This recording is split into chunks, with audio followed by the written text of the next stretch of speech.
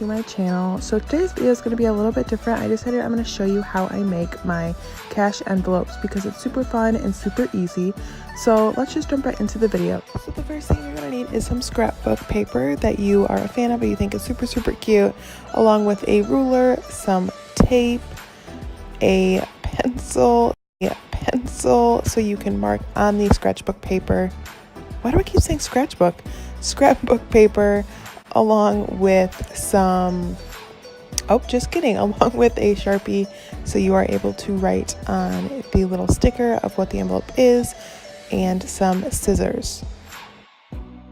So the first thing you're going to do is you're going to take your first piece of scrapbook paper and you are going to fold it in half. It doesn't matter which way you fold it because I'm pretty sure it comes out the exact same width because it's so dimensional. But you're going to take that and you are going to fold it in half, and then I'm just doing this with the rest of the scrapbook paper that I have so I don't have to go back and do it. I just like to do it all at one time. So again, I'm just folding it in half so it's even with the others.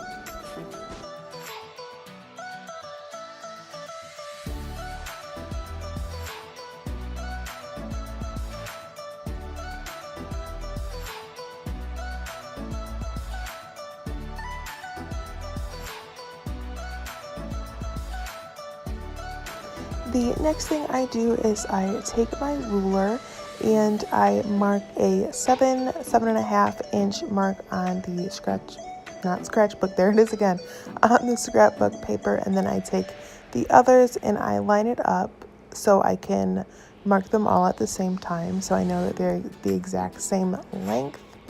So that's just what I'm doing right now. I'm just making sure that they are exactly 7.5 inches long. The other ones I made first were, I thought 7, but after I measured it, they were 7.5 and they're the perfect length. So I decided just to stick with that 7.5. And then I am taking the sides and I'm making them 3 inches long because I feel like that was like the perfect length. Is it the length or the height? The perfect length, whatever. And then I am just drawing a line all the way up so I cut straight. I do have a paper cutter, but I could not find it to save my life, and it's kind of annoying because it's like the best thing ever because it makes it even and like a crisp line, and I lost it. So I just decided to make it straight and not all jig-jagged, just to make it straight, to draw a line with my ruler, although it didn't even come out that straight, which it kind of looks bad, but I kind of fixed it later on. It doesn't have to be perfect at all, guys, I swear, because you really won't be able to notice that much. But I then just take my scissors and I cut along the lines that I had made. And then I usually, because I don't know if I'm lazy, but I take the one that I just cut and I use it as like a stencil almost. So I know that the other ones are the exact same length as the one that I cut first. So I just placed that one on top, and then I took my other scrapbook paper and cut it the exact same length and height as the other ones.